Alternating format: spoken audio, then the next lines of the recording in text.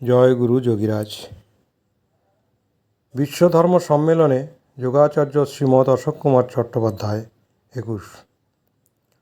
যোগাচার্য Srimat Ashok Kumar Chattopadhyay 27 April 1994 তারিখে ফ্রান্সের ভ্যালেন্সিয়ার হিউগন শহরের ইনস্টিটিউট অফ কর্মোলিন হলে বিশ্বধর্ম মহাসম্মেলনের মহাসভায় পূজ্যপাদ গুরুদেব যে ভাষণ দিয়েছিলেন তার বঙ্গানুবাদ নিচে দেওয়া হলো।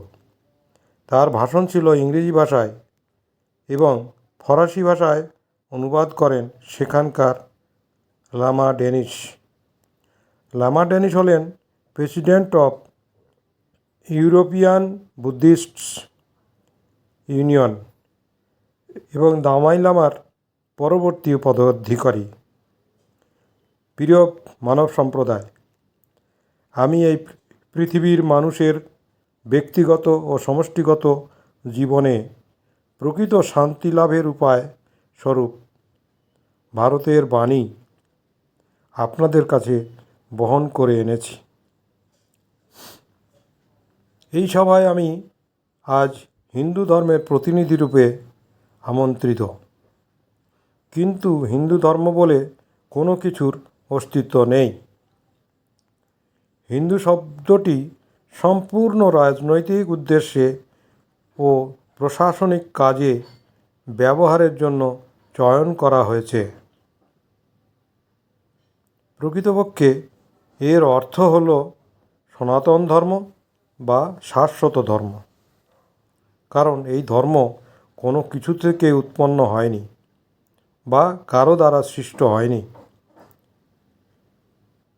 প্রিয় মানুষেরা, আমরা ঈশ্বরের সর্বশ্রেষ্ঠ সৃষ্টি, কারণ আমাদের মধ্যে নিহত রয়েছে সেই মহান শক্তি যা একই সঙ্গে স্বর্গের পথে অথবা অনন্ত নরকের অভিমুখে চালিত করতে সক্ষম।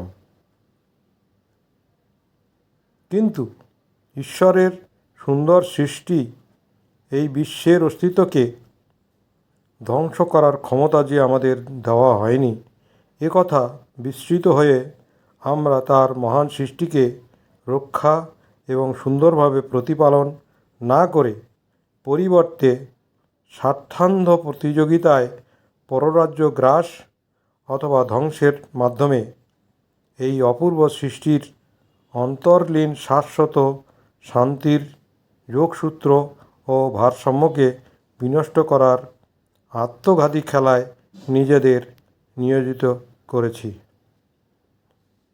ক্রমশ জয় গুরু যোগীরাজ।